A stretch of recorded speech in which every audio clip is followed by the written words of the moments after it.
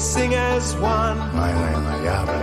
For this country we're walking on. We stand together to protect this land. For the future, we're hand in hand. Warning. The following program may contain traces of irony, sarcasm, satire, parody, mockery, banter, caricature, and nuts. The opinions expressed are almost certainly not shared by self-appointed officious dictatorial wowsers. If you are dangerously irony deficient or allergic to mockery of the self-important and corrupt, then get a life. That's right, ladies and gentlemen. It's time for another episode of the Environmental as Anything podcast. Thanks for joining me today. I'm Sean O'Shaughnessy. As usual, Environmental as Anything is produced on the stolen lands of the Bundjalung Nation, and we pay respects to elders past, present and emerging. We have a shorter than usual show for you today due to some technical issues in the radio studio. But it's an action-packed episode nonetheless. We'll be focusing on a feature on the rising tide blockade of the world's biggest Coalport in Newcastle last weekend. Thanks for subscribing to the Environmental as Anything podcast. If you're enjoying the show, then I would encourage you to please go and invite your friends to like our Facebook page. It's always good to build up the audience for all the news, interviews and analysis on Mother Earth that we can cram into the show. So thanks for your support. I'm Sean O'Shaughnessy, and here is our special on the rising tide People's Blockade. So we're standing at Horseshoe Beach at the mouth of the Hunter River here, which is the entrance to the world's biggest coal port here in Newcastle. And the rising tide is about to take off.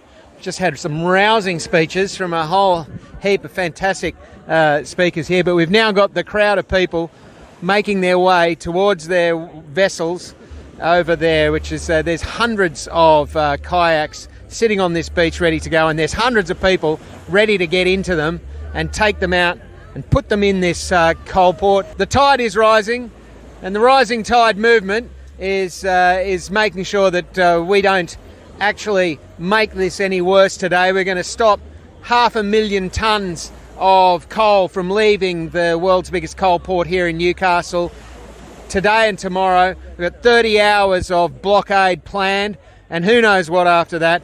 But lots of happy faces, lots of excited people.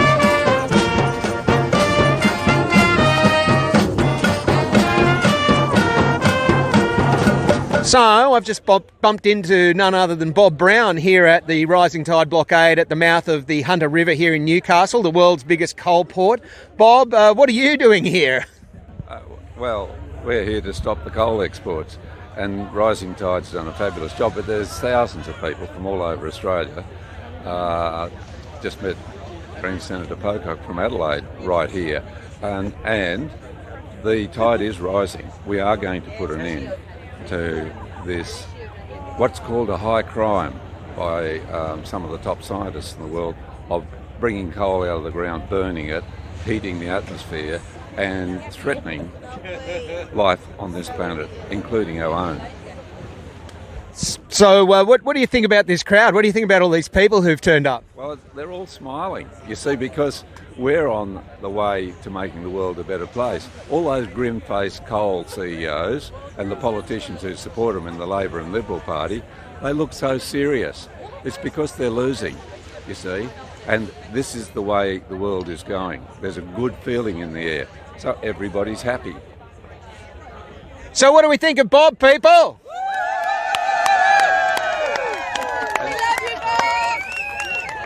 Right, so that's Bob Brown, and this is the crowd assembling around the rising tide here. There's a stage just being set up.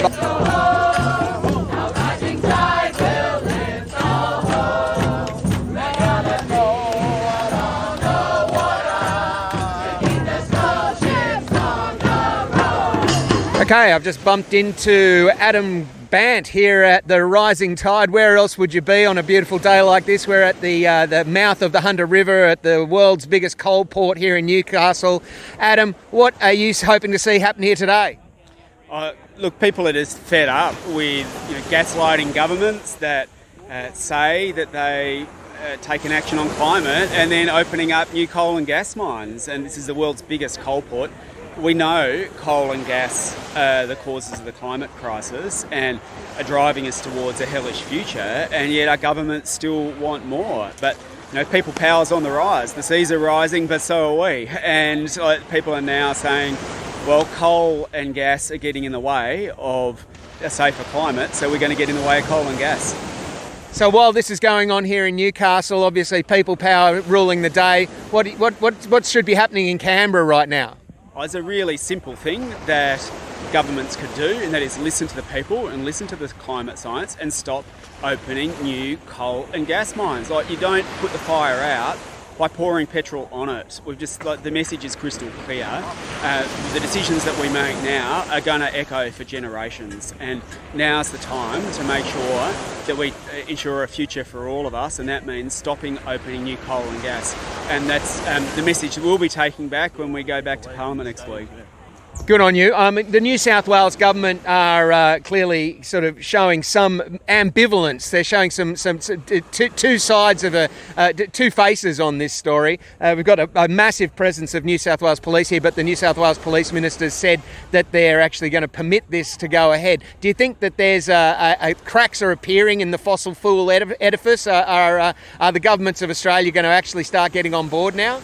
Well, look, we had a couple of elections recently here in New South Wales, but also nationally, and we had a previous government that was terrible and was just explicit about opening new coal and gas projects. People voted for change and action on climate, but at the moment they're not getting it, because whatever the rhetoric comes, in reality, Labor's approving new coal and gas mines and still giving it its full-throated backing, and they're trying to crack down on people who are speaking out. But what's crystal clear from the marches that we've seen for peace around the country, and students going on strike for climate, and now here as well, is that people are going to speak up. And instead of Labor trying to silence people, they should just listen to what people are saying. Stop opening coal and gas mines, stop making the problem worse.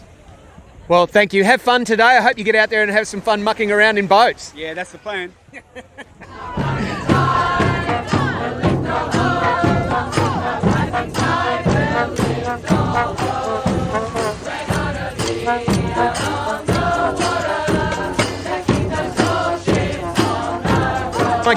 Oh my goodness, it's a who's who of the environment movement here today, and now I've bumped into Sue Higginson, who's here at the Rising Tide Blockade of the world's biggest coal port at the mouth of the Hunter River here in Newcastle. Sue, welcome. Thank you very much. Where else would I be on a day like today, right here? We are here at the People's Blockade of the world's largest coal port. It is absolute madness.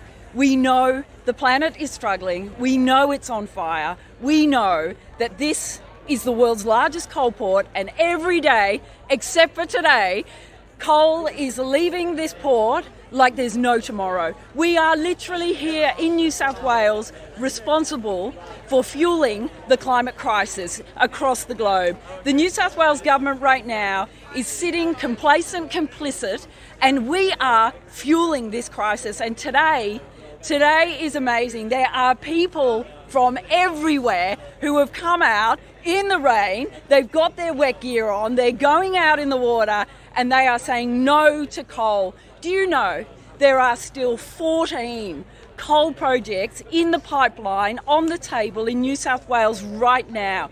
It is madness. We need to stop the madness, and the people here today are literally stopping the madness. And then we will stick it to the Labor government and we say no more coal. It's time to stop.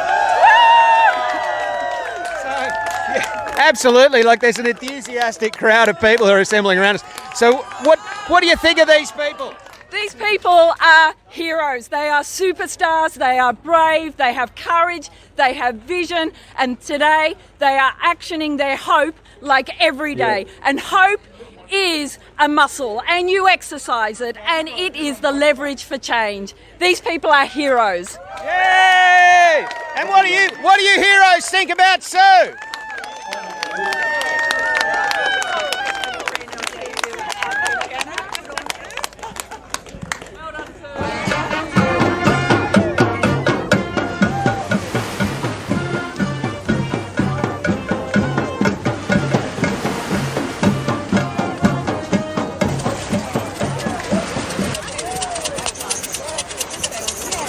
Sorry, can I grab you for a second before you go? I know you just done all this. What are you doing here? Stopping this whole shit. So can you explain to us why the heart? Why the heart, Valerie? The people on the northern rivers have been very climate impacted, but as Bob Brown says, we're not getting depressed, we're getting active. You can't escape.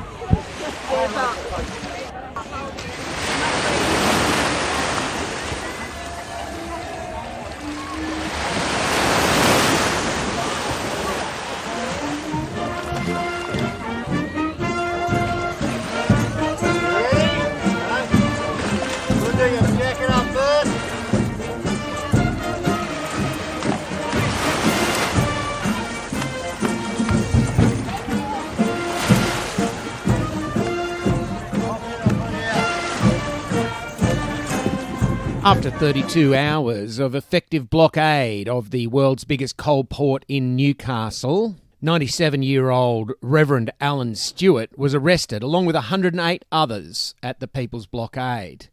This was his first brush with the law, and this is what he had to say to the assembled world's media after he was released. I joined in with the protest on the sea, on the bay, and we were arrested for overstaying our, I'm not sure what.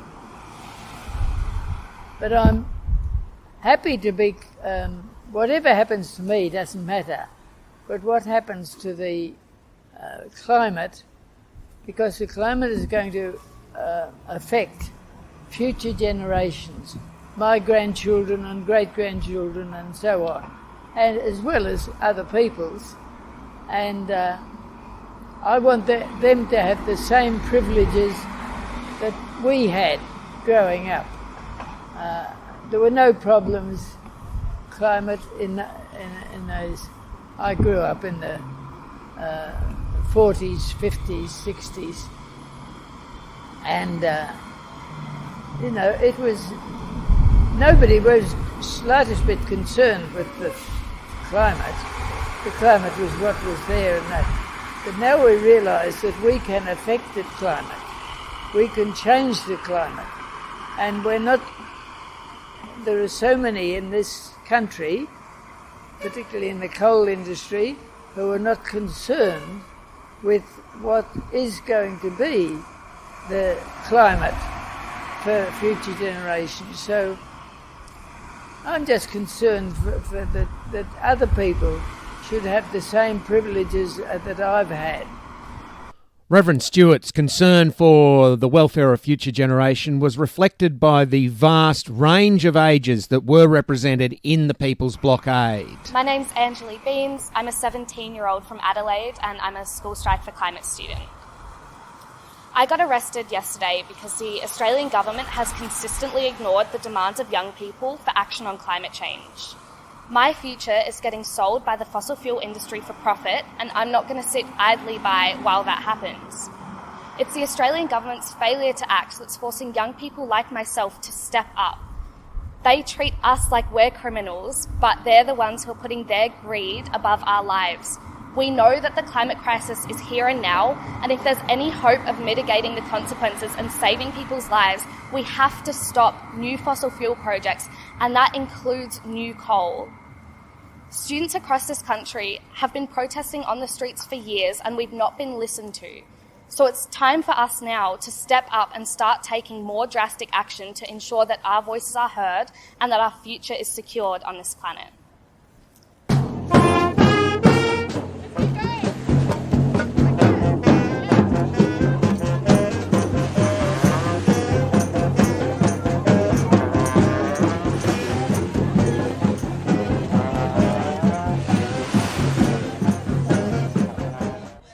I'm sitting at the mouth of the Hunter River in Newcastle, the world's biggest coal port, and I'm speaking to Grant Howard, who's had 22 years in the coal industry in the Illawarra, and Grant spoke eloquently yesterday here at the rally for the rising tide to end new coal. So, Grant, how does a coal miner end up speaking at an anti-coal rally?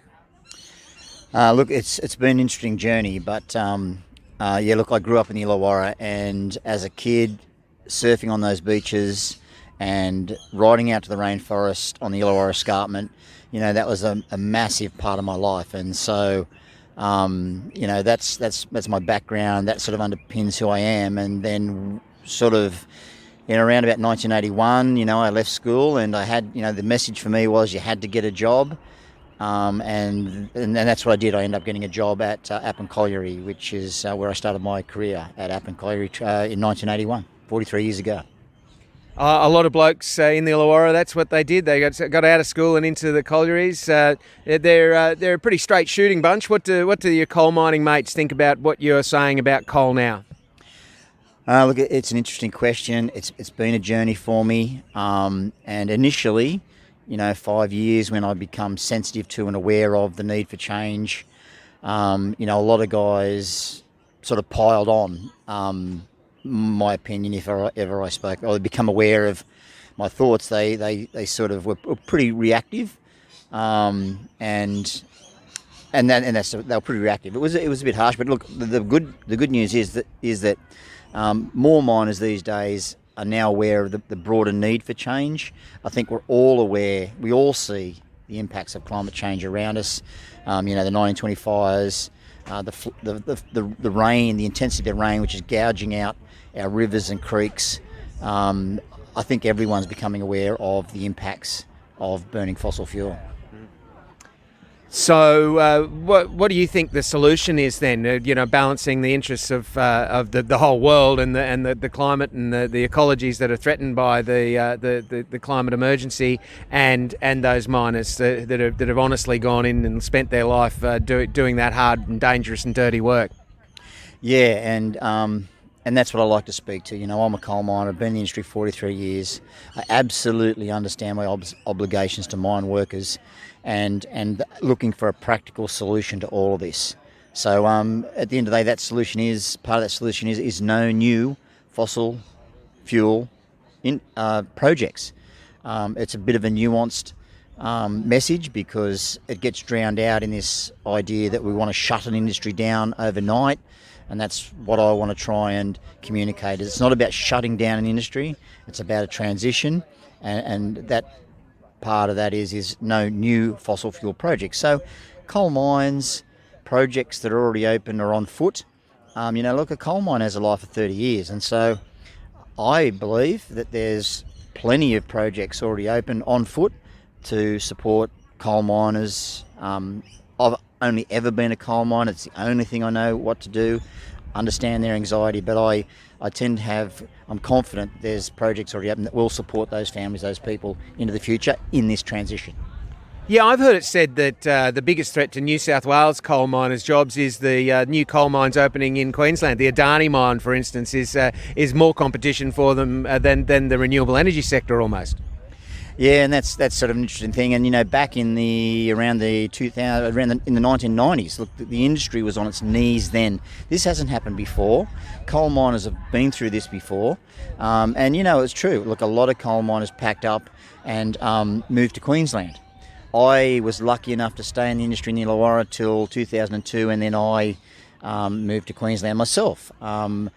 And look, there's other parts of that to unpack. It's about thermal coal, it's about metallurgical coal, and those merging technologies which are making those resources redundant. But metallurgical coal is still the biggest part of the coal industry in Queensland. They export 90% of their products to metallurgical coal.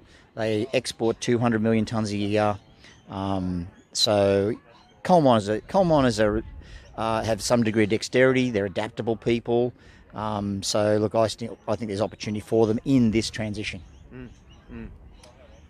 So what are we calling for then? What's that transition going to look like for those coal miners? What do you think? How is that going to be done? It's an absolutely good question, and the most relevant question for today, for mine workers today. And my sort of, I can't speak for everything there, but look, at the end of the day, let's be honest with mine workers. Let's as mine workers, let's be a part of that conversation. let's broaden our outlook and our thinking and the information we get so that we can make decisions for ourselves and for our families, and adapt to those changing circumstances, which are going to take place over, what time frame. That's the question. Is it 5 years? Is it 10 years? I don't know the answer to that, but there is time, and we need to make ourselves aware of the circumstances and be a part of the conversation. So you were speaking on Sunday about the parts per million in the atmosphere of CO2, and you started out as a coal miner, and it was 300 parts per million. You were doing testing around the mines, is that right? And you found the alarming levels. Is that one of the things that triggered you?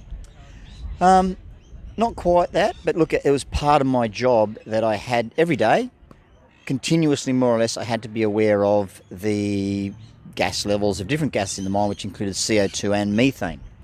I was acutely aware of the level of CO2 in the atmosphere at the time of my employment, which was 300 parts per million. It was part of my job. I was trained to detect that gas. And look, at the end of the day, it wasn't that which made me sensitive to the issue. It was an international broadcast which told me that the level was now 420 parts per million, which totally surprised me, because my indoctrination, my exposure to the industry it was 300. So I was totally surprised at that change, and it sort of made me a bit angry that the government hadn't, the people that I relied upon to keep me informed, which was the government, hadn't kept me informed of this change. Sure, there's some responsibility on my part to understand that change, but I'd missed it. And here it was, an international news broadcast told me that for the 40 years of my employment, my work life, there was that change, a 50% change in a gas, which is absolutely important in terms of determining our climate, and that's CO2. Mining also releases methane, which is another critical gas in terms of greenhouse gas and climate impacts. And I also become aware of the methane that's liberated in the mining process. My companies have moved to try and capture that gas and use it in electrical generation, which is great. But look, at the end of the day, there's still some methane that ends up in the atmosphere, which is critical to our climate. So you've been deeply disappointed by the government's response. As you say, they're responsible for protecting their citizens and telling us the truth about what's going on in the world. And, as a miner, what do you think about the Labor government, the new Labor governments, both in New South Wales and federally? What do you think about their approaches, and what would you be calling on them to do now? Yeah, look, it is, and I'm not a political person. I don't care who's in government. I just want somebody who will manage our environment and our impacts on climate responsibly. And so I'm a bit disappointed because, for the last sort of 10, 15 years, they've led us up the garden path. They've said that, Australia has basically continued to peddle the idea that we can keep on doing what we're doing, and that's what's got me a bit disappointed and a bit angry. And so what we can do is we can be honest with mine workers, we can be honest with the community, we can be emphatic and say that the simple fact is we are impacting our employment. We know we burn 8,000 million tonnes of coal across the globe per year, and we're going to do that again next year. We simply can't keep doing that. It's crazy. So what we can do is say that we can say there's going to be no new fossil fuel projects, and we can then work to that framework where we're human beings, we've got this level of ingenuity, we can respond to the circumstances constructively together as one community. And I'm sad about this division. I'm sad with politicians who simply want to create fear, anxiety, and divide the community. And I think the rest of Australia's over it. I hope so. I want to move on together. I want coal mines to be a part of that conversation. Well, yeah, I think that's a lot of people here have got similar sentiments, and being together here has been an inspiring experience for a lot of us. I mean, how have you felt about this rising tide event, the blockade of the world's biggest coalport? How has it felt to you to be in this group of people? It's been amazing. I'm uplifted. I've got that energy of hope back, and being amongst like-minded people. and people much older than me, I'm 60, and they're just brave people. There's only one thing they want in life, and that is a livable place for people not yet born yet, and that is absolutely inspiring for me. And on the same hand, you've got young people who are 20 and 30 who have got the clarity of mind and the persistence to basically effect change, and it's just an amazing space. Well, Grant, thank you so much for being here, and thank you for talking to Environmental as Anything today. Thanks for your time, and I appreciate it, and good luck with everything. That was Grant Howard, coal miner and advocate for no new coal at the People's Blockade, the rising tide at the mouth of the Hunter River in Newcastle, the world's biggest coal port. So what was the People's Blockade? Well, it was 3,000 people over 32 hours blockading, with 350 in the overnight flotilla. 500 campers, 12 volunteer teams, 631 volunteer shifts, 109 arrests, 992 media hits, 10 coal ships disrupted, and 500,000 tonnes of coal blocked. It was also a lot of fun, a great opportunity to meet our community and to feel empowered and supported amongst a group of positive and determined people looking forward to a positive future for our climate and our civilization with no new coal.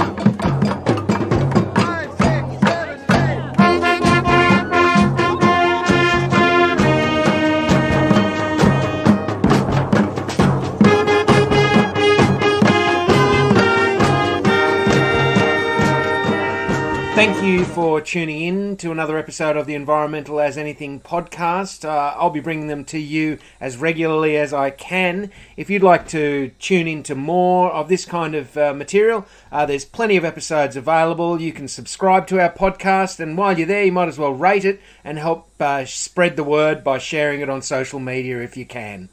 We're on social media, of course, on Facebook particularly. You can find us anywhere you look for Environmental as Anything.